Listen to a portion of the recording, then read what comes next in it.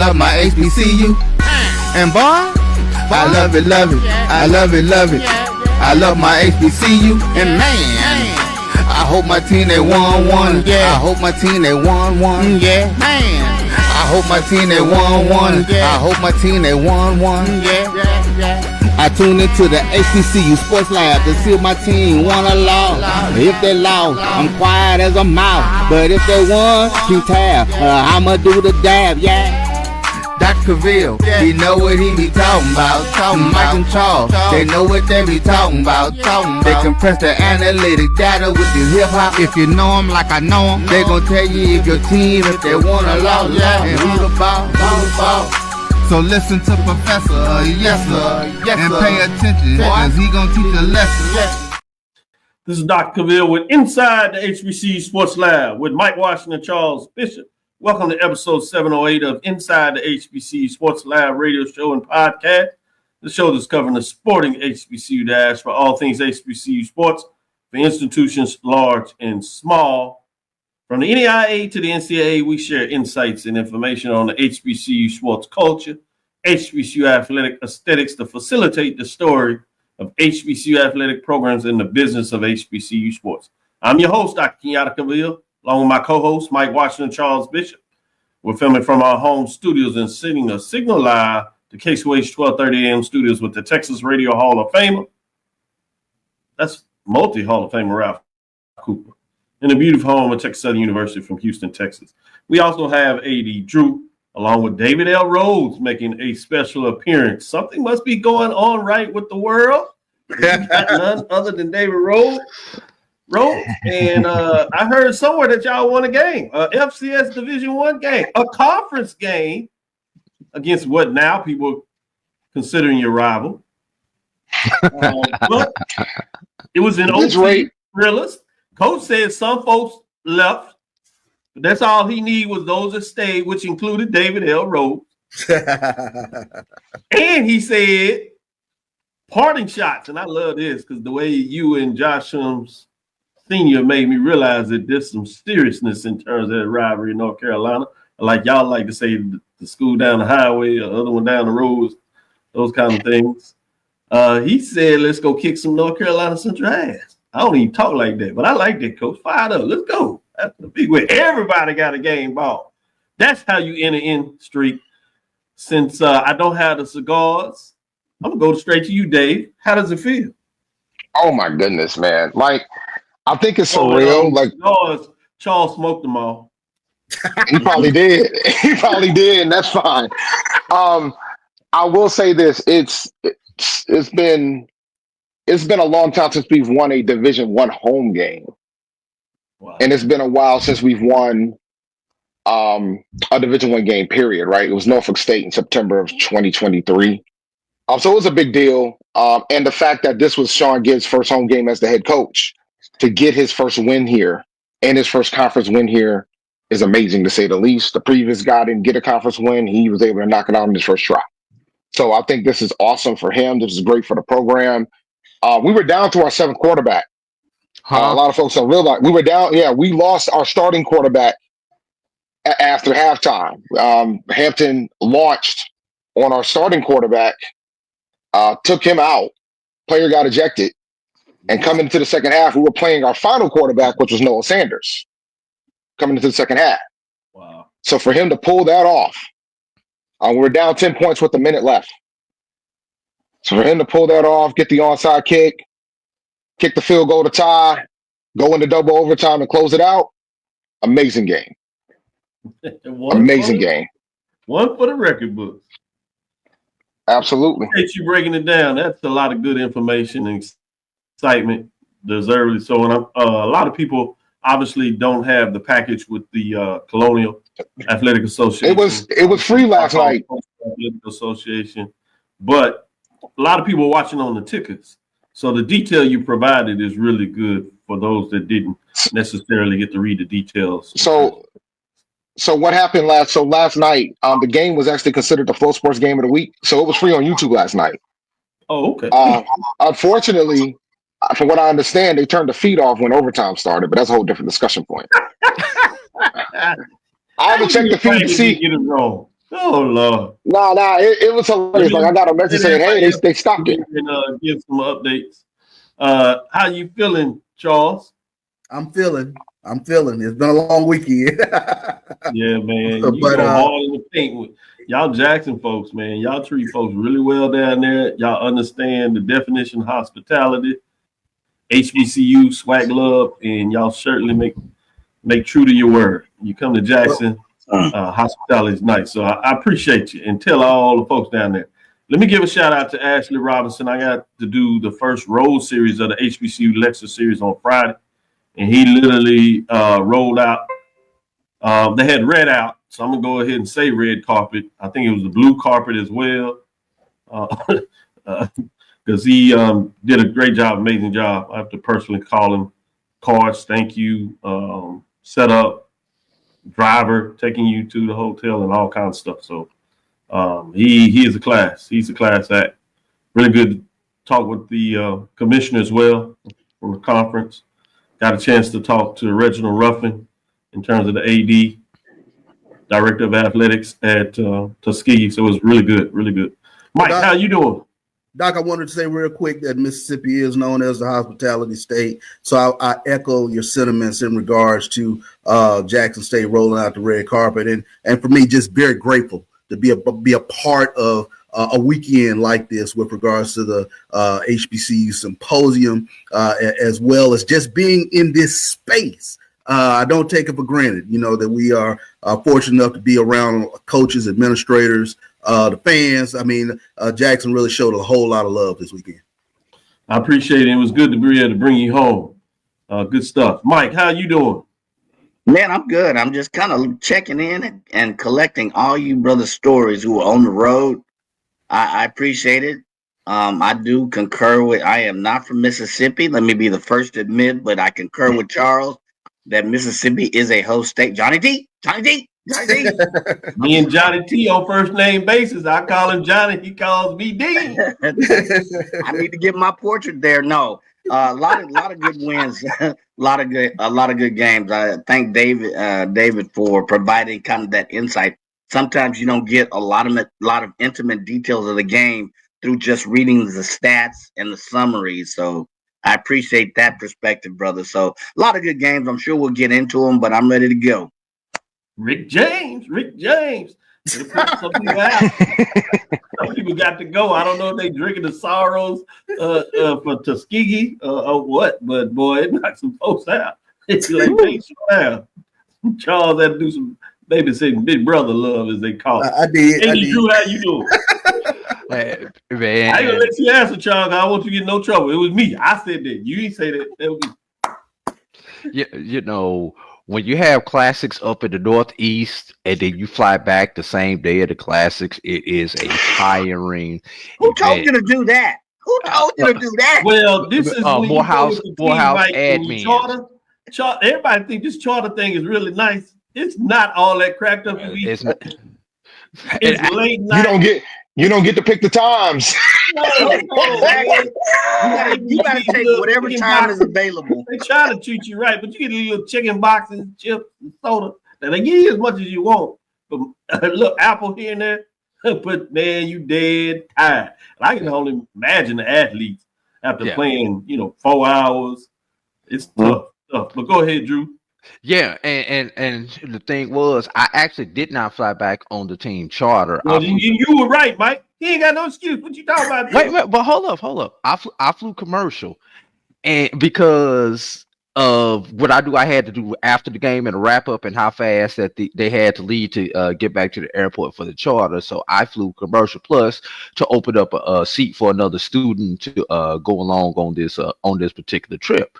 But when you're outside MetLife Stadium waiting an hour to get a Uber or a Lyft to get back to the Newark airport, and because of the traffic patterns around the stadium after the game, and I'm looking at my watch like, all right, y'all, come on, I'm fixing, and you know this New York / New Jersey. Everybody got a thing talking about. I'll run you to the airport for $50. I'll run you to the airport for $75. I'll run you to the airport for $100. All the cabbies as I like to call. I'm like, nah, man, I gotta have a receipt, man. I can't do this today, man. I gotta put this on the card. I gotta have this. I gotta have a receipt, man. Yeah. We give you a receipt? Nah, I ain't trusting that, man. I'm waiting on this Uber so I can download it on the app when I go do my expense report on Monday. Leaving MetLife is always an adventure. I've been there a few times. Oh yeah. Always an adventure. As I want much to go traveling to the East around, Coast, and I want to make sure. I hate leaving MetLife. That's an adventure. Yeah. Oh yeah. Yeah. Charles, you want to add in there? You had to leave MetLife and not had fun. I've had the adventure up there in New York as well. Yeah, leaving around a stadium in general. Listen, I had to leave Texas Southern Stadium the night that the Astros won Game 7 of the World Series, trying to catch an Uber. So that's a whole nother story right there. Yeah, you're right. The worst I've ever seen is Gillette in Foxborough. There's one way in, one way out. One way out. Yep. One way in, one way out. 4 for 4. Quickly, so we can make sure we hit the top of this hour. I do want to ask everybody, what was the game that stood out? You don't have to break it down, but at least tell me which game stood out for you Saturday. Go ahead, Dave. Go ahead, Dave. One I attended last night. Made that a little bit easy, huh? That was too easy. I mean, I think the other things that stood out to me outside of those games, I was looking at the tickers for the other games while I was at A&T Hampton. Kentucky State, Grambling, FAMU, and Albany State.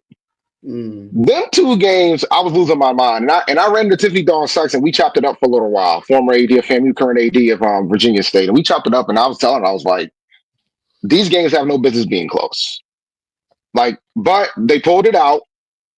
But I was kind of flabbergasted while I was in the stands watching A&T Hampton. So I just want everybody to know, I'm gonna go to these guys to get their thoughts. But Charles said, watch out for the Albany game, and Drew said, watch out for the Kentucky State game. So you got experts here. So I agree with David. They were not supposed to be close, but these two guys told you keep your eyes on these matchups because they were looking at some things that were going funny. Let me go to you, Mike.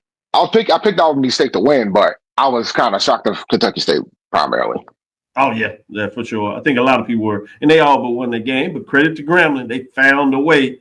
Quarterback got a little happy and slid earlier. I'm not even sure anything else after that takes place unless they're able to get a fumble somehow to do what they did at the end of the game. But with that being said, get a fumble, Dr. Cavil. Huh? They did. There was a fumble. We'll get there. That's a tease. Having been overtime, you're exactly right, Mike. What were you looking at, Mike? Oh, he touched on mine, but I'll touch on that Kentucky State game. If you watch, I watched part of that game. Kentucky State game had a chance to win that. They dominated time of possession. They had some quality possessions. They lost in overtime. But if you saw that game, save it, Mike. Save it. I know. But that game stuck out to me. And then I know David mentioned the Albany game, but we'll save that one. But the other one was Alabama A&M. You know, my God. Yeah, that one stuck out to me. That's a good one. We were watching that one on the ESPN app up there in the press box, and we were just going back and forth. So, yeah, that was a really good one. Big win. Good win for Alabama A&M. Road win first year. Come back after jumping out there. Good win. I like the way you picked that one. It's a good one. Good ones y'all picking. Drew, where are you going? How about the fact that the SIAC has won the conference series thanks to Edward Waters? In Classic? Yeah. How about that field goal? Good one, Drew. Yes. Yeah, I told y'all it was gonna be something about that Duval Heat that was gonna get to Virginia Union, and it allowed. I told you if it allows Edward Waters to remain close to the fourth quarter, you're gonna have to lean with the Tigers, and that's what happened. Yeah, you did. Where Drew was right, and the NCAC was down 3-2, won the last two, including Game 7, if you would, the 7th match. Which was a classic, man. If you're talking about from, baseball or basketball, Game 7, that's the 7th game that you want to decide who gets to collect the proverbial, hypothetical, mythical, if you would, SIAC CIAA Challenge Trophy. and it goes to the SIAC after being in CIAA country last year where they dominated. SIAC does it in walk-off fashion, if you would, and they're getting it done. Boy, I tell you, that was pretty nice work there. Charles, what about you? Yeah, y'all left no meat on the bone. Y'all took them all, but I will say this. I think Alabama A&M, Tennessee State, that's the one. Cornelius Brown threw for another 300-yard game. And then I will say this.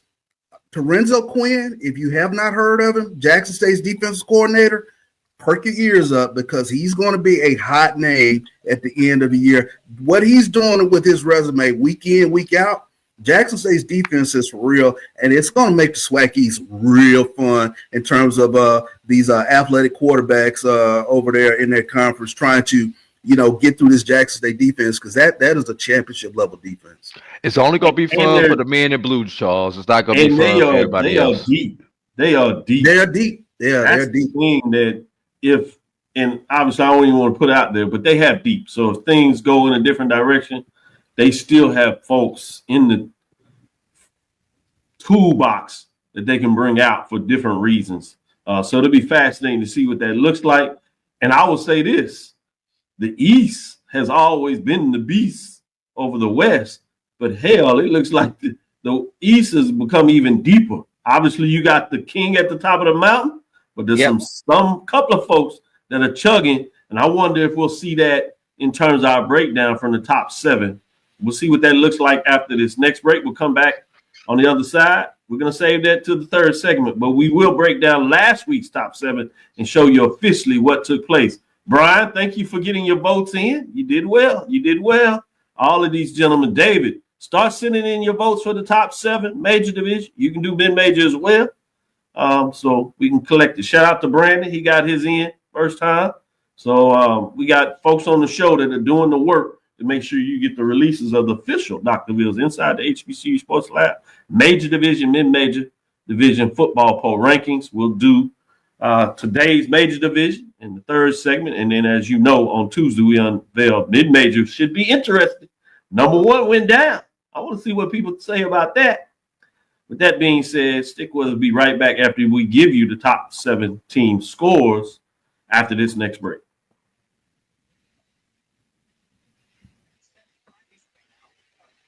For over 30 years, HBCU Image has been more than just an apparel store. We've been a movement, a statement, a legacy. We celebrate the pride, the purpose, and the culture that make historically black colleges and universities legendary. HBCU Image, a Kenny T's company. ESPN Events presents Red Lobster Band of the Year, a title reserved for elite HBCU marching bands. A season-long competition that culminates in Atlanta on Friday, December 12th. Drum majors, percussion, drill, auxiliaries, musicality. All aspects will be examined by the toughest judges in the world of college bands. 4 will qualify for the big stage, where national champions will be crowned. Follow us on social media for rankings updates throughout the season. And join us in Atlanta on December 12th. For event and ticket information, visit bandoftheyear.com. The human voice has always connected audiences with experiences. Major brands all across America have trusted Kever's voice time and time again. Conversational, powerhouse, intelligent, and sincere. That's the voice you need for your creative marketing process. KEAVERSVOICE.com. Kever's Voice, Kever's Voice, KeversVoice.com. Always on, all the time. The Cavil Group is a Florida-based marketing and training consulting firm. We help businesses communicate to their target audience and engage them in conversation. We also help to expand their audiences, which will ultimately result in growth for those organizations. In addition to being a certified constant contact specialist, my colleagues and I are also certified in John Maxwell Leadership Principles. We use these proven principles to conduct workshops, training, and private coaching sessions for individuals and companies looking to take things to the next level. Contact us to schedule a free consultation. Issues today, don't delay, call Cavil. Get ready for the inaugural Unity Classic, Saturday, September 13th at Nathaniel Glover Community Field. Compress the analytic data with your hip-hop. If you know them like I know them, they gon' tell you if your team, if they wanna lose, and who the ball. So listen to Professor, yes sir, and pay attention, cause he gon' teach a lesson. This is Dr. Cavil with Inside the HBCU Sports Lab with Mike Washington, Charles Bishop. We also have David L. Rhodes as well as Drew. That's AD Drew. The professors are in the building. Let the lecture begin when we break down these top 7 scores from last week. Let's get into the number 1 team in HBCU Major Division football. This is the last week's poll ranking. Let's see what these teams do. Let's get into number 1 that had a shutout. They brought in a historic program in Tuskegee. And they gave them the first loss of the year, 30-0. They shut them out. There were a couple of chances where Tuskegee slipped by and had a chance to make a big play there, but they couldn't get it done. And then when Jackson State kind of locked it down, all she wrote. Let's look at number 2 now. That is South Carolina State Bulldogs. This is an interesting matchup when you think about the score. I'm not sure anybody would have thought Bethune-Cookman would put up 41, but the thing is, South Carolina State, the Bulldogs did what they had to do because they put up 55, so they win by 14. Be interesting to see what the gentlemen say about that game possibly. In terms of number 3, also was in the action, and they were against Mid Major in-state Mid Major foe, which is the Golden Bears, who kind of fell off this year after changing coaching. A lot of those players seem to have went up the hill, if you would. That's north up the hill. But talking about the team down the hill is Alabama State. Number 3, the Hornets are looking really nice. 2-1 on the season as they improve. They defeat Miles 37-9 or 0-3. With that being said, let's go to number 4. North Carolina Central is in action, and they play their Division II team in-state foe, which is the Fayetteville State Broncos. They defeat the Florida State Broncos 49-19. North Carolina Central improves to 2-2 on the season, while Fayetteville State, the Broncos, fall to 0-3. On the mid-major level, that's intriguing for Fayetteville State. People were questioning where they're going to get back into action. I know it's early, but they're struggling a bit in terms of what that looks like. Let's keep going down the list because we also had number 5 playing in the matchup. A little bit about this in the opening segment. This was number 5, the Alabama A&M Bulldogs, going up to Nashville to play in the inaugural of a 4-game series in terms of the Legler series, I-65, if you would. The Bulldogs come back home with the Bengals' tails, 2-1. They nipped it out. They got it done. 23-21 was the final score as the Tennessee State Tigers fall to 1-2 on the season and have thus far lost HBCU matchups with Bulldogs beating A&T Aggies that did rebound, as we talked about also in the statement. Let's turn the page and get to number 6. This is the only team that lost in the top 7 this week. They did play up to an FBS program. Rice, that is out of Houston, improved to 2-1, while the Panthers fall to 1-2. They're still 1-0 after electrifying opening season win over Texas Southern University. They're struggling a little bit now. They lost to Lamar, but that's a different conversation. We're talking about number 6 that falls 38-17 in their matchup against Rice. They did score force, but couldn't score enough and stop the Rice Owls that said hooty hoot. At number 7, we have none other than the Howard Bison against Morehouse. Intriguing for a minute. You had to scratch your head because you gave some credit to Morehouse as they were fighting, but the Bison pulled away. And as you kind of see throughout the theme in a lot of these matchups between major division and mid-major division between HBCU programs, if they are able to stay around later in the game, it seems like the major division programs are able to overcome and oftentimes pull away. We did have a close one, a couple of close ones in different parts of the game, particularly one of them down in Grambling, which will be interesting to see what that is. But this is regarding the top 7, the final one. The Howard Bison getting it done, improving to 2-1 as the Morehouse Maroon Tigers fall to 0-2. with that being said, let's get into a little discussion during this segment here. In terms of the top 7, anything stood out to you? Do you see some separations? Kind of go around and ask what's there. Let me start with you, Drew, in terms of the major division top 7 programs. We went from an 0-7 week last week to a 6-1 this week.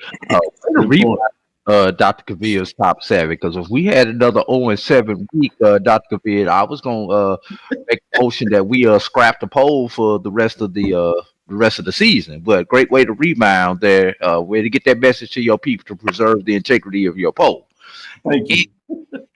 Anyway, the one thing you notice between the FCS and Division II games was the FCSs, and we mentioned this, if they make mistakes and that these Division IIs hang around, these Division IIs were good enough to stay around. So in a couple of games that we had that situation, they hung around. And in other games, specifically the Jackson State Tuskegee game, the FCS imposed their will on the Division II team early. It just took all thoughts of that out of their head. And in the case of the Howard Morehouse game, Morehouse looked good early against it, despite the fact Howard could physically dominate them, but Morehouse not able to take advantage of the opportunities. Morehouse was given short fields a couple of times in the first half, was not able to punch it in. And then on the flip side, they gave Howard a short field. Howard was able to punch it in. And I got to take this point of personal privilege before I pass it on to whoever's next up. Larry Scott, I love you to death, but I'm a little upset at that final score of 38-10. Score was 31-10 with under a minute to go. You got a first down inside the 10-yard line going in. 2 knees and we out of there. No, he wants to hand the ball off, and they scored. I'm a little upset about that last touchdown. Everything else I'm cool with, but there was no reason for that last touchdown. Because you're not gonna get any style points to beat Morehouse. Division. I agree with that. We've seen that a little bit. I think conference-wise, that's a different thing potentially when you talk about Alabama, A&M, and Alcorn. But yeah, that's different. That's a little challenge. Different. I see that. David, what are your thoughts in terms of top 7? Alabama A&M beating Tennessee State was probably the big kicker for me. I think the big thing that I saw, because I was watching that game prior, the kickoff at A&T Hampton, and the big thing that I noticed was that, Alabama A&M was doing well at the beginning of the game, and then all of a sudden Tennessee State had this barrage of offense that occurred. And I'm thinking, this is going to be interesting. And then they didn't do anything else after that. They had their barrage of offense. They scored their 21 points, and you heard nothing else. And then Alabama A&M had chances to grind and finish it and got the job done. So shout out to them. Like we were talking about the SWAC East. I know going into the season, I thought it was going to be Jackson State and everybody else. And those Alabama schools got something else to say right now. So it's fascinating to watch. Interesting. Since you been called to the table, Charles, go ahead. What are your thoughts? Yeah, I mean, I think the big thing that jumps out for me is the quarterback play, especially in the SWAC East. Cornelius Brown, Andrew Body, FAMU got to scratch that itch last night with Jed Petty, but RJ Washington had a great game, 17 of 22. So, have quarterback, you got some championship aspirations, and then Jackson State, Jared Lockhart. Unfortunately or fortunately, he's going to be a name mentioned in a lot of barbershops this upcoming week or for the next 2 weeks. Man, they couldn't even get out the stadium. Exactly. I like Charles. Are you calling offensive coordinator play? They going to you like you the GM. Yeah, I know. It's funny, but the big thing is, Jackson State played a lot of freshmen. They are a very deep team. And I didn't get a real understanding of that until yesterday. And then this Jackson State defense, they go anaconda on Texas on Tuskegee. Only 109 total offense. They squeeze the life out of them. So, we've got some good football coming up over the next few weeks. Yeah, week 5 is when it gets started in the SWAC in earnest, when you got all teams in the matchup. And a couple of weeks after that, you go on the MEAC. We got our independence, if you would, but it'd be fascinating as they get further churning in their conference play. What does that look like? And that's coming up as well. Mike, where are you? So let me start with them Alabama boys, them Alabama teams. We talk about the wheat and the chaff, and there's a clear distinction. It's getting to where in the East there's not a clear, almost to the point that there may or may not be a clear distinction. If you look at how Alabama State and Alabama A&M playing, you look at Alabama A&M, Jack, with what? Tennessee State had one good quarter. One good quarter. That's it. And what was that word? The anaconda?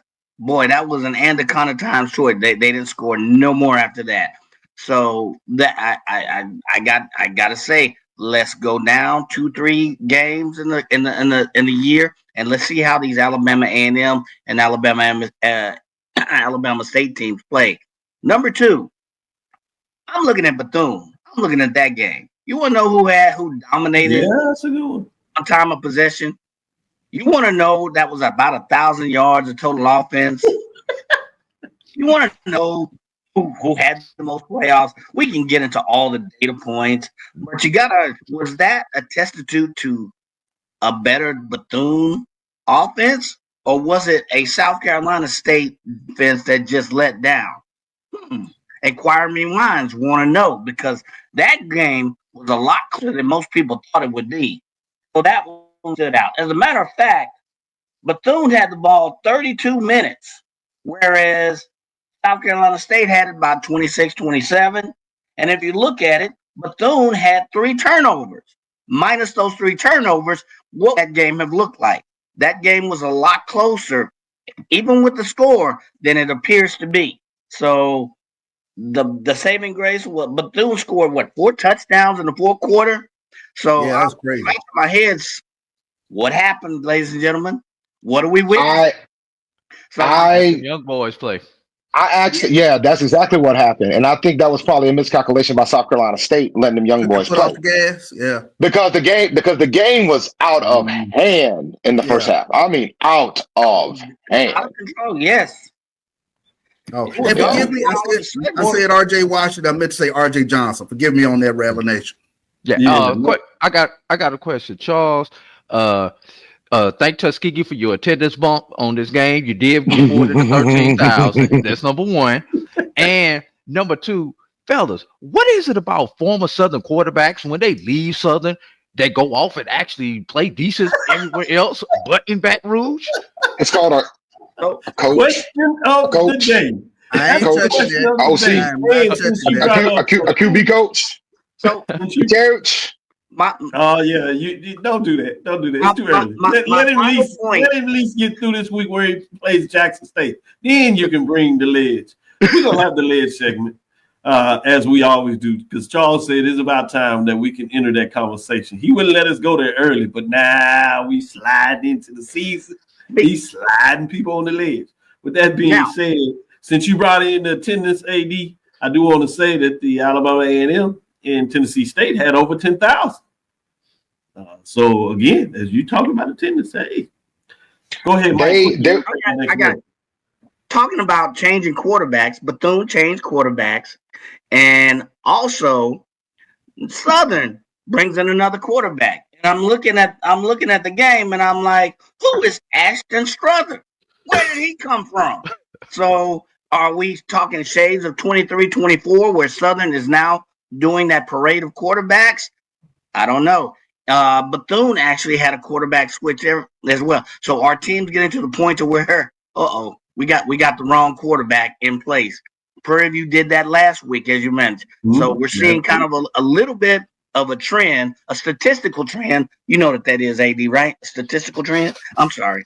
So anyway, where a few teams are, I don't know if it's the moment in the game. I don't know if it's the score or where they are in the series, but a few teams are starting to switch quarterbacks or change their philosophy to quarterback by committee. Just saying. Hey, you know what they say about you have more than one quarterback? That's why you do it in a non-conference and play who you need to play, because when them games count, you better have your man. Listen, You know what they say: if you have more than one quarterback, You have and that listen, none. and you I have know zero. everybody falls in love with this second string, third string. The Listen, backup. the backup quarterback. They are the backup quarterback for a reason. Every reason. coach will tell you that. Yeah, trust me. Or you These could be at folks don't 7. do jobs. Let's take this next break and come back on the other side and talk about this new major division top 7. Let's see how it looks and those that are receiving votes and see if anybody dropped out. We'll be right back after this next break. Get ready for the ESPN Events presents Red Lobster Band of the Year, a title reserved for elite HBCU marching bands. A season-long competition that culminates in Atlanta on Friday, December 12th. Drum majors, percussion, drill, auxiliaries, musicality. All aspects will be examined by the toughest judges in the world of college bands. 4 will qualify for the big stage, where national champions will be crowned. Follow us on social media for rankings updates throughout the season. And join us in Atlanta on December 12th. For event and ticket information, visit bandoftheyear.com.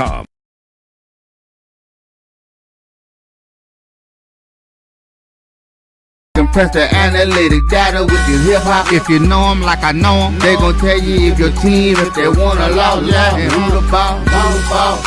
So listen to Professor, yes sir, and pay attention, cause he gon' teach a lesson.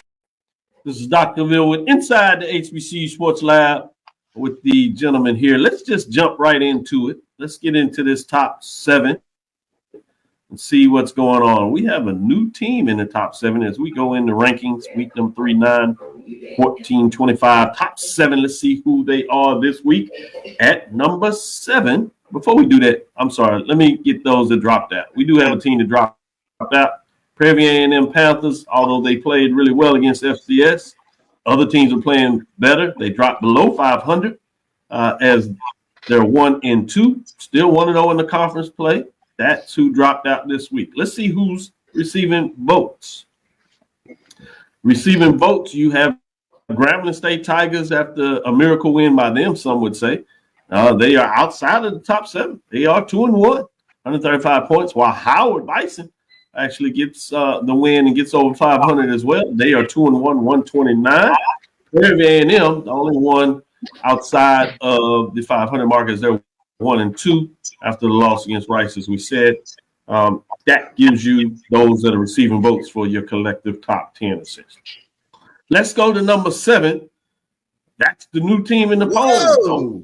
Coach Jackson has the Hornets buzzing. That's not the Hornets of Montgomery. This is the Hornets of Delaware out of the MEAC. Delaware State Hornets. I don't know when the last time they've been in the top 7, but they are official 2-1, 156. They were not ranked last week. Coach Jackson has the Hornets seriously. They're buzzing. They look pretty good. We'll see what that means for the rest of the season and certainly into the MEAC race. At number 6, we have none other than the Howard Bison. They've quietly continued to churn. They move up a spot, 2-1, after they get the win in the NYU Classic. 159 points as they're in the mix, moving up a spot. Bring us to number 5, the Alabama A&M Bulldogs.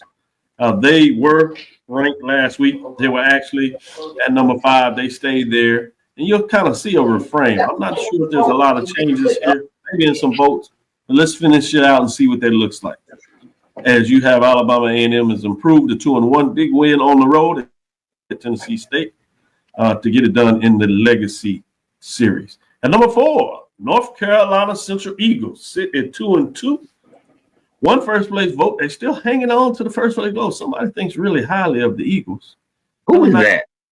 Josh. Who is that? Who is that? Who is that one person?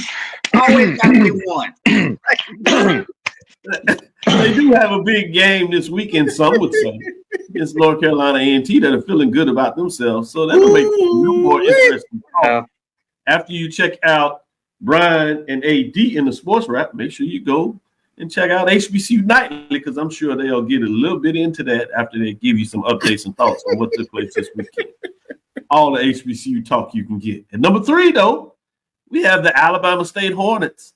I'd imagine some people probably feel they need to be higher than this, but we'll see what the gentlemen say officially. But they stay in the 3 spot. 2 first place votes, 2-1 on the season. as they continue to sting themselves. At number 2, you have South Carolina State Bulldogs 2-1. They did win the game, pulling away, but depending on how you watch that, I can see how you might change your mind around where they should be ranked. In fact, somebody took them out of the number 1 spot. They lost the first place vote as they just have 2 now, falling 1 behind there, which means number 1 remains that way. And the Jackson State Tigers, they continue to get it done. They're adding up these weeks that they're at number 1. They've been there for a minute since last October, it seems, as they got rolling, ended with a national championship. Seems like they'll be in the mix and have something to say about 11 weeks in a row. If you go back to that time, you have number 1 Jackson State Tigers in terms of that. Let me ask everybody and go get their thoughts on the top 7. Let's start with you, Mike. Yeah. So this has been another record. This has been 3 weeks where I agree with your poll. There will not be a week 4. There might be. There's some corrections here. North Carolina Central, Delaware State should be higher than Howard. Quality wins, body of work to this point. Delaware State, do we remember who they beat last week? And then they come back, follow it up with a performance this week. There was nothing questionable about it. Both Alabama teams should be 3 and 4. If you look at what they've done, who they played, and the manner of which they played. I don't have a problem with Alabama State being 3. Agreed. You got Jackson State. The first 3 are okay. But I disagree with North Carolina Central being above Alabama A&M. Now, next week may tell a different story, and the week after that may tell a different story. But Alabama A&M has played solid enough with their quality wins to me to be a solid 4, and you could throw Delaware State up there as well. Good stuff. Week to week. You're right. I like that mindset. I'll take that, Mike. That's good stuff. Charles, what are your thoughts in terms of the top 7? I was going to chafe a little bit at Howard, but I think I think that's right with regards to them being at 6.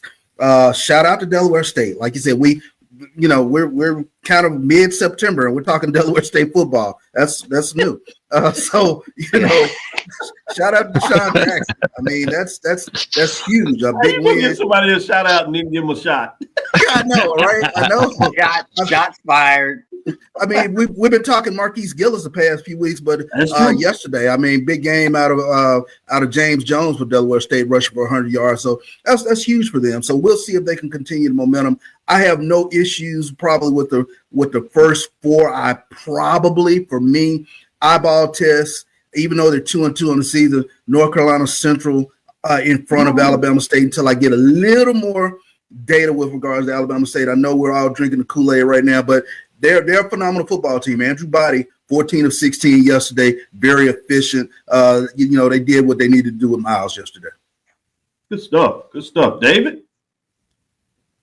I'm flipping 4 and 5, and I'm flipping 6 and 7. Like, I felt like Delaware State's a top 5 team, but the way the Alabama A&M is playing, I'm going to have to keep them in the top 5. But I'm flipping. I think it's kind of wild to watch this poll where a lot of folks had Howard and Delaware State at the bottom of the MEAC, and they rightfully so should be in this top 7 because they're playing better than everybody else right now. But I think what Deshaun Jackson's doing down in Delaware is amazing right now. Yeah. It's amazing what he's doing down there. For them to beat Albany, which I know Albany's not supposed to be the top of the heap in the CAA. However, it's still a strong conference, right? So to get that type of win, the out-of-conference wins are hard to come by as a whole. Yeah. From an FCS perspective, I think that counts for something. So I would flip Delaware State and Howard. Like, we got Morgan State, they can't beat Townsend. They haven't been able to beat Townsend in over almost 15 years. So, like, when you take all those things into account, I would put Delaware State higher. But this poll, man, it's going to be a lot of shifting over the next couple of weeks, particularly when we get back into conference play. Yeah. Interesting. Things will change in the near future when they start to collide. Mm-hmm. To your point, you have all those teams in the MEAC, and they got to play each other. And the teams representing the SWAC are all in the East. Ugh. Drew? Mm-hmm. Damn. Woo. Here's the controversy. Okay. Week to week poll. True. South Carolina State should be ahead of Jackson State. South Carolina State has not played a Division II yet. And they have 2 wins. Jackson State, one of their 2 wins is against a Division II. So just based on strength of schedule, South Carolina State has better quality wins this season than Jackson State. I know Jackson State is the reigning number 1. You're number 1 until you lose. But if you just look at the data, South Carolina State is ahead of Jackson State. I'm going to take it one step further. Okay. Alabama State's 2 wins are against like levels. So if you just go by that argument, Jackson State is number 3. So behind you have South Carolina State. Now this is And, Oh No, AD, it's fine. It's fine.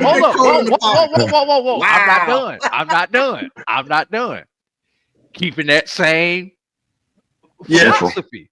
Alabama A&M goes above Jackson State because neither one of their wins Get out my seat. Hey. a division. AD, do me a favor. Just drop them out the poll. It works. It works. Hey, well, actually, if you want to go that far, that means the school down the road needs to drop 2. They only got 1 Division I win, FCS win as well. You want to keep it a bean? That's what I'm getting at. Just if you use the strength of schedule argument, Jackson State is not your number 1. And look at them going off in the chat rooms, y'all. Look at them going off in the chat.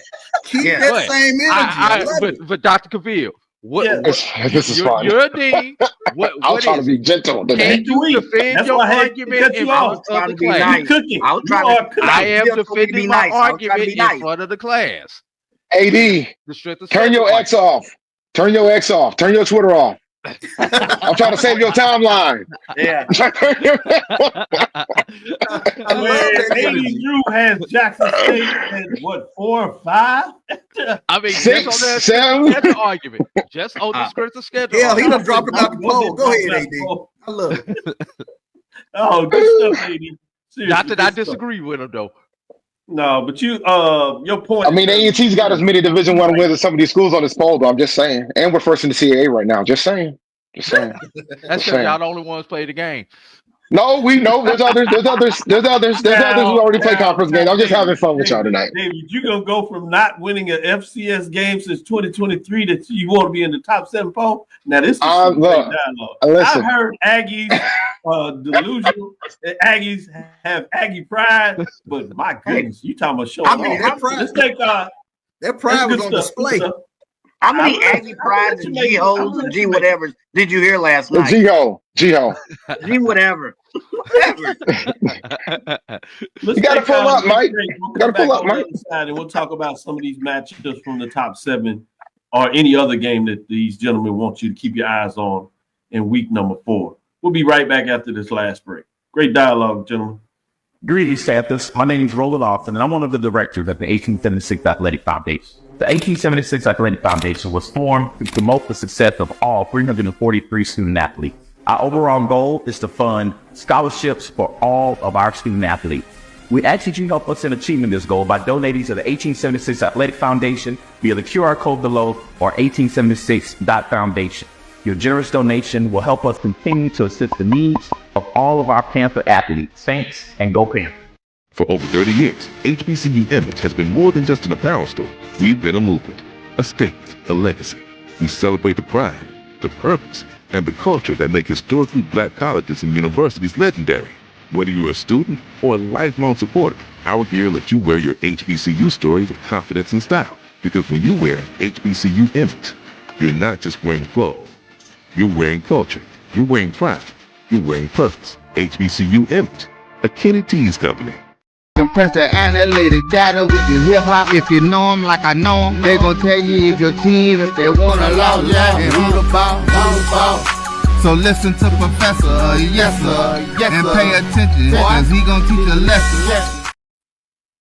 Great dialogue, gentlemen. You all have the chat popping like It's a popcorn machine, boy. I tell you, at the movies. I'm not gonna let you put that on Saturday anybody else, night. Doc. It That's is hot 100% in me. there. Good job, great dialogue, great points made.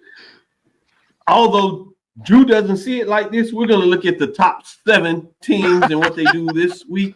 Maybe it would have been more intriguing if we went through AD's framework, because the top 3 teams actually do not play this week.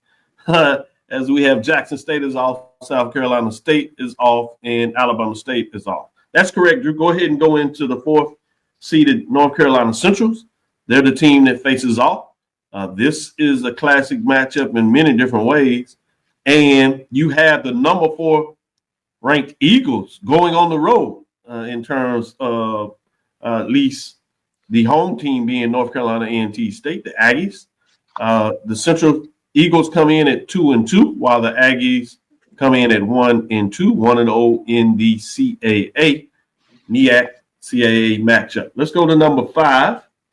The next matchup brings in the Bulldogs. The Bulldogs are back in action. They take on a Division II program, a Lane program that is struggling. Lane is 0-2 and 0-1. So the Alabama A&M Bulldogs are at home, and they come in 2-1. I don't see them having a problem with this game. Continue as we continue down the matchups. They're number 6, if you would. Howard Bison are open this week, but we do have number 7 play, and this is an FCS matchup. Intriguing here, St. Francis Red Flash. If you remember during the basketball season, this is the Red Flash, after winning the conference championship of the NEC, stated that they were moving to Division III. And right now they're taking it on the chin as a football program, as they're 0-3, 0-1. So this is another chance for Delaware State to continue their winning ways. This is one they need if they're going to show that they've turned the corner. They got to find a way to win these type of games. They should, but we'll see what happens, because this is a game of football. Delaware State is hosting the Red Flash of St. Francis. That's the top 7. We got a couple of teams outside of that, though. In terms of those receiving votes, we're going to rank them in terms of how they receive the votes outside of the top 7. So you have another FCS matchup, Southland, that has really taken it to the SWAC, and we have a couple of these Southland matchups. East Texas A&M Lions, they're 0-2 coming into this game. They had a Grambling State that had a thrilling win that is 1-1, if you would. It should be 2-1. 2-1. Number 8 there. So fascinating to see what that looks like. Let's get into number 9. We have the battle of the HU. Fascinating. Is this finally the time when Howard can get the win? Hampton, no matter what they're doing, how they play, they seem to find a way to beat Howard. But Hampton has actually struggled against their HBCU opponents, which has been different over the last couple of years. Hampton Pirates do come in at 1-2, 0-1. They're at Howard Bison, as Howard is the home team. It is in Washington, D.C., Audi Field, as a classic there. And Howard comes in at number 9. Usually it doesn't matter, but we'll see what it looks like there. Then we have the other Southland SWAC matchup, if you would. Northwestern State Demons that come in at 1-2, 1-0. Got that win against another SWAC foe where they stopped their losing streak, talking about the A&T Aggies. Northwestern State got it done, as they are 1-2 and should have no games for conference play at this point. But you have Prairie View and Panthers that are 1-2 and 1-0 after a tough loss to Rice. They come in number 10 spot. We have one more game on the radar. Let me get in here. That features a mid-major team. And a major team is not ranked. But this is the Edward Wilder Tigers that were ranked last week at number 5. We'll unveil what they are this week. But you should have a lot of interest in the ranking for mid-major. Virginia Union has held that spot since last year, but they went on the road in a classic matchup that had a lot of energy, a lot of talk. And while it went to the wire, the Edward Wilder Tigers got it done. They took down the number 1 ranked team. So I'm fascinated to see, as we kind of get ahead of ourselves in terms of this mid-major major. Remember, Bethune-Cookman last year had a loss to Clark Atlanta Panthers that some people talked about. That may happen, but when it got done, particularly on a field goal to end the game. I think a lot of people have some interest in that. People probably will say Edward Waters, but Bethune-Cookman did put up 41 points. Fascinating to see what this looks like. As we close on this segment, I want to go to everybody and say, any of these matches have you excited? Or are you going off the board to another matchup? You have that at your disposal. Let me go around. I'm going to start with you, Charles, as you kind of shook your head. So I think you might go in a different direction. So I'm going to allow you to do that. Tell me what's on your mind in week number 4 for the major division. Obviously, week number 3 for the mid-major division. But it's your world. Tell me your thoughts. Yeah, I think if you're a Prairie View fan, you get to find your favorite Alcorn fan and let them know that you get to be Swag West Daddy. You will take care of what they couldn't. So I would be finding that Alcorn fan. So that's going to be an interesting matchup to me with Prairie View hosting. Listen, Grambling, I can't keep you off the ledge if this week. Woo! Because I'm just not seeing anything that really would make me think that Grambling is going to be a contender in the West right now, and I thought that would not be the case. So without some heroics from Xavier T-Set last night, you fall to Kentucky State. So this is an absolute ledge week for the Grambling Tigers. Good stuff. Anybody else on the ledge, Charles? Anybody else on the ledge? Yeah, I mean, Southern is definitely on the ledge. They still, did they find a quarterback last night? The jury's still out, but they got a couple of weeks. You gonna put Southern on the ledge for 2 weeks? They don't even play next week. That's cold blooded. Yeah, I mean they got. They're just gonna be sitting on that ledge waiting for 2 weeks. Hey, they got 2 weeks to think about it. They on the ledge. He's right. and you give Lorenzo Quinn 2 weeks to prepare for Southern. So. Oh, there it is. Mike, since you jumped out of there, tell me in terms of any of these games or one off the board you're looking at, and then tell me who's on the ledge. Obviously, Prairie View, they have Northwestern State, and we'll see if they can do what Alcorn State couldn't do. That's a head scratcher. Grambling State, in a normal year, I would say, East Texas A&M should be a win, but I'm scratching my head saying, how competitive is this game going to be? Different conversation. To me, that's a data point. And then Hampton-Howard game.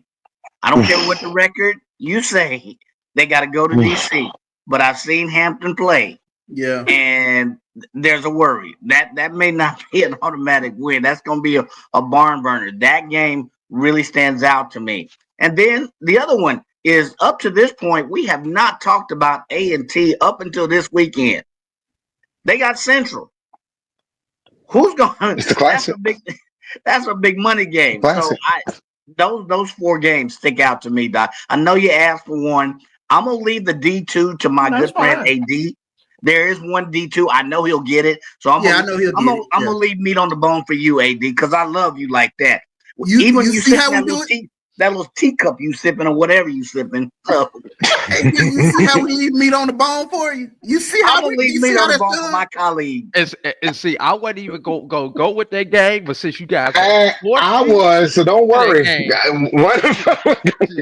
To that game, I mean, Coach Brian Jenkins going home. I've said this before. I didn't think about that part. You right. This is the Brian Jenkins that I could not stand when he was at that school on the beach, because he is the sole reason that 9-year streak against my Rattlers started. So this is going to be interesting, and let's be real. Jenkins should not have been forced out of the door at Bethune-Cookman, but we gonna leave that one where it is. All right, now that's good stuff. Another one that's tickling my fancy, and this is go get David fired up, is now we can actually have a legitimate conversation about the Aggie Eagle Classic, because until Saturday, that was just a courtesy mention that you was going to have to do on that game. Now we can actually get to a discussion. So here's my discussion point. Although North Carolina Central is outgaining A&T on the season offensively, But defensively, Central is giving up just as many yards as they are gaining. And when you look at A&T statistically, neither one of them can stop running water because they are both defensively giving up a lot of yards. So I'm expecting this game to put up 80 plus points between the two because neither one of these teams look like they can stop anybody. And the last one, going back to the Battle of the Rear HU, and I mentioned this to them, to some of the people in the press box on yesterday. Can y'all finally get a damn W, Howard? Please get a win. Hey, A&T broke the streak. Well, come on, Howard. We did it before Howard could. Hey, David. Hey, David. Go ahead, David. Perfect way to jump in here. Give me your thoughts in terms of key matchups. Are you sticking with it or are you going off the board? Which I certainly could understand why.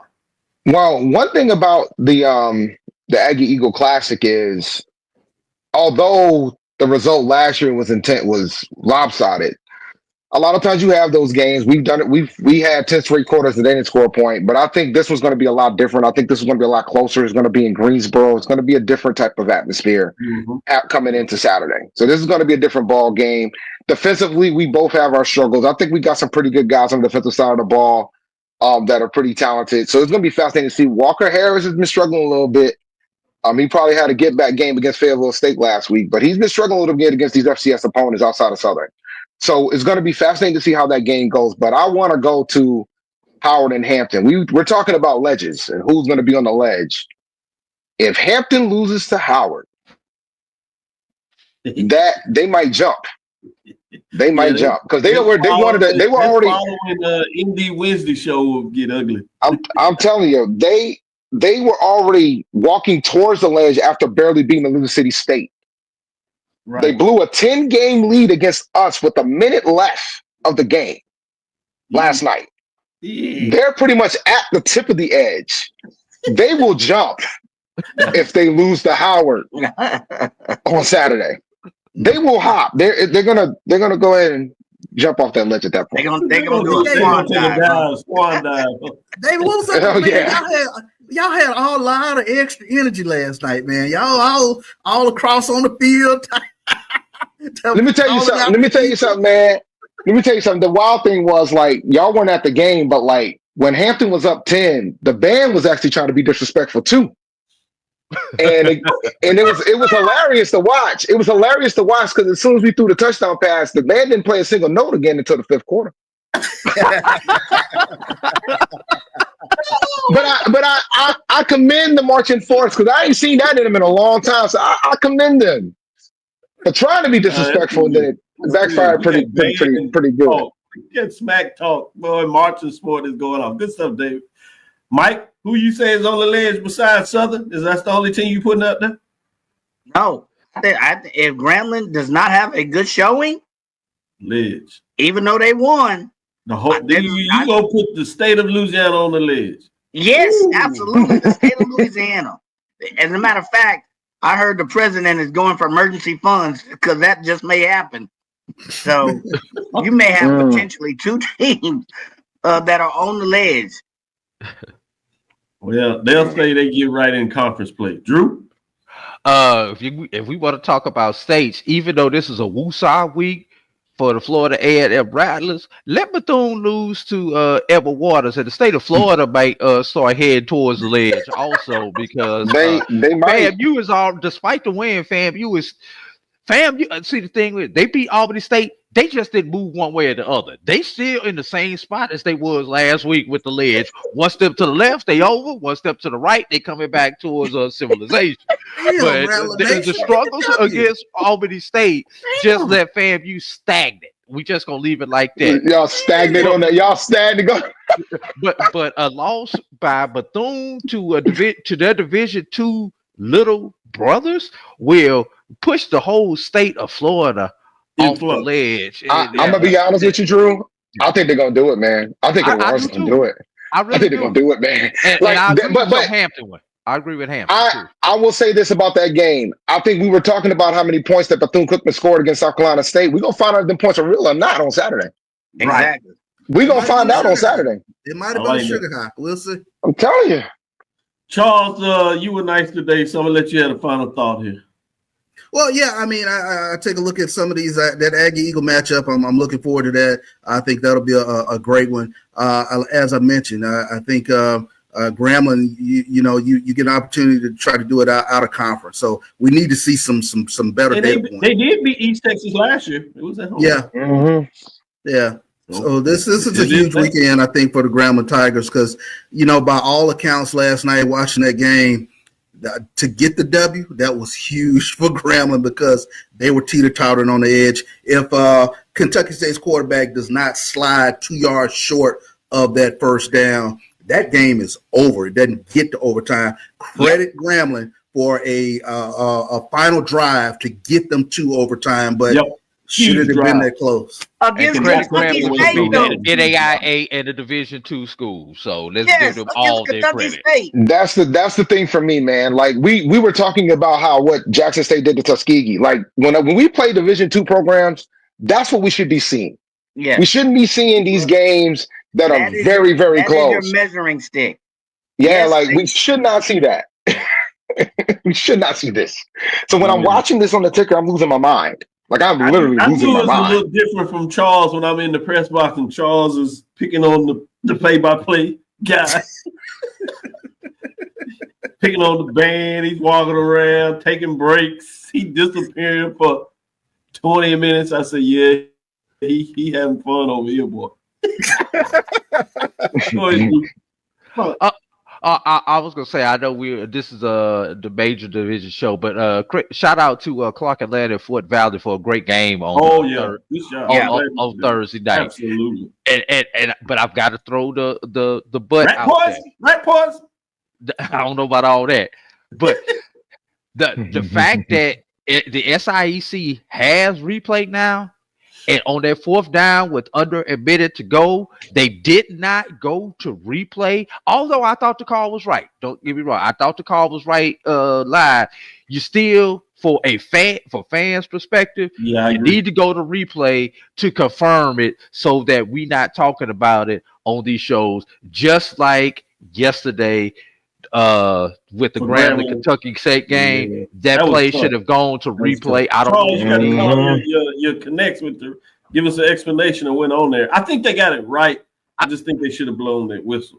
But since they but even still on that play, they need to do they play for it because he certainly will stop. But right or wrong, go to replay. That way, the fans are confident in the abilities of the referee. Let the video confirm. No, I agree with you on yours. I was switching back to the Grambling, and they did go to replay on that one to their credit. But I think they could not hear any type of whistle and could not see any discernible. They did say that they thought one ref waved the hand, but I don't think it was discernible. So they had to let the play stand. I would have liked to seen that just from the fact that it was on television. And you talking about adding drama to it. It was already drama-filled. But imagine them going to the replay, the talk that's going on when they're going through it. Then they come back and confirm what took place, and you have that delayed reaction of Clark Atlanta cheering again. That would have been beautiful TV. But shout out to the SIAC, Dr. Holloman, the presidents at Clark Atlanta University in Fort Valley State, in terms of that was a tremendous game. Clark Atlanta looks like they're back in the football business. I tried to tell you all a couple of years ago to watch out Clark Atlanta and what they could do in terms if they get a little more energy in that house. And you certainly look like Coach Teddy Keaton is delivering on what he wanted to do with Clark Atlanta, because they are excited by some football. Dr. French, as the president there, certainly is one of those presidents that galvanizes students in terms of excitement. So shout out to what they're doing at Clark Atlanta University. I love it. SWAC TV, good note by G-Boom. SWAC TV continues to be a measuring stick. We heard the numbers from the lecture series, HBCU Sports Lecture Series, and boy, week early and we haven't even really got into conference play. If there's any indication, boy, SWAC TV is in good position as you get those data points. Go check out some of those updates and we'll send them to you as well. Let's close it here. Thank you for listening inside the HBCU Sports Lab. Make sure you share our podcast with your friends and colleagues. I am Dr. Kenyatta, the Dean of HBCU Sports, comes from inside the lab in the College of HBCU Sports. with Mike Washington, Charles Bishop. Also, David L. Rhodes, that is hosting the Indy Report as he brings in Hampton and Tennessee State. As they get it done, shout out to Brandon as he dropped another article. If you get a chance, go to sneakershop.talk.com and check out his article in terms of continuing talk about Tennessee State and expansion of the SWAC. Intriguing. He set it up where there are five historical, or if you would, rivalry games for each team.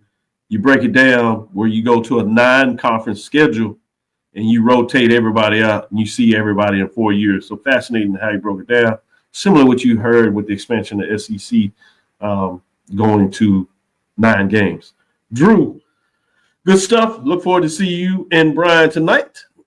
With that being said, again, we want to thank you for listening to Dr. Ville's Inside the HBCU Sports Lab with Mike Washington, Charles Bishop, every Tuesday and Thursday at 6 o'clock, Sunday at 9 a.m. as we unveil the major division and give you a breakdown of what took place on Saturday. That's really Thursday through Saturday as AD illustrated with Clark Atlanta.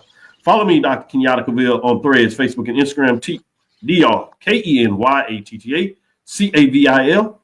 Inside the HBCU Sports Lab 1 on Facebook, Inside the HBCU Sports Lab on YouTube. Dream big, continue to move forward. We will talk with you soon. Charles. Of course. Mike. Lecture. David and Drew. Dismissed. Travel light, everybody. Yeah.